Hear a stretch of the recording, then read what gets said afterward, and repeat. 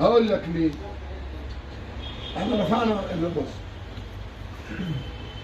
كهرباء، ضحكوا عليه قالوا له نادي في اليونان في لف جسمك، مش لازم تقف انت كده كلك. ايوه كده بس هتعرف تقف. تقريبا شغالين في وزاره النقل. تمام. راح النادي هناك قال له ايه بقى؟ اكتبوا اسقاط، لو في اي غرامه هنرجع.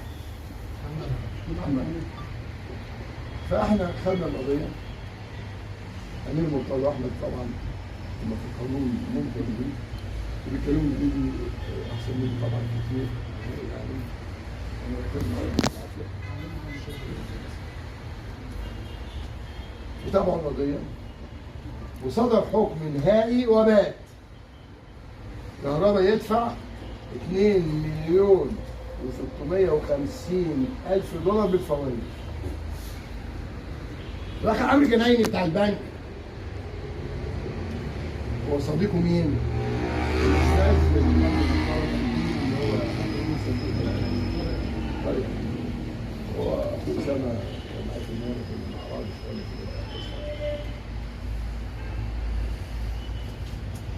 كده. بلغوا النادي الاهلي انه الجنيه 30 دلوقتي هيتعوم، هيبقى ب 50 بعد 4-5 ايام. هو حضرتك لما تاخد طبعا محامي كهرباء اللي في مصر صديقي المستشار اشرف مش سامح وكنا في قضيه ربنا كرمه عنده قضيه 8 او 9 من فوق كاس السنه من فوق بالعرض. المهم كهرباء قدم 20 مذكره للفيفا والمحكمه الدوليه والكلام ده بتاعتهم دي، ما اعرفش بيسموها ايه. احنا عايزين نقسط وبنوصل. المحكمه رفضت، لبيب وافق. فرق كام بقى؟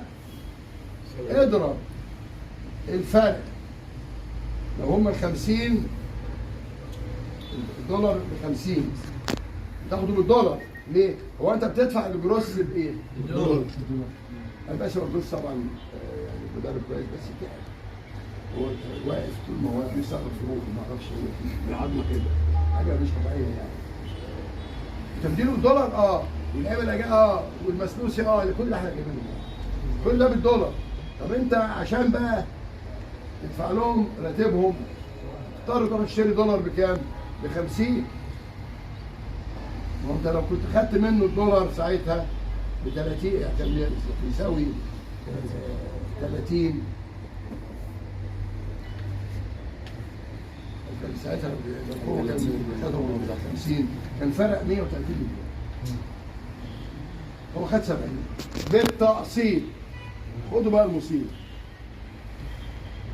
في ناس قالوا الكابتن محمود الخطيب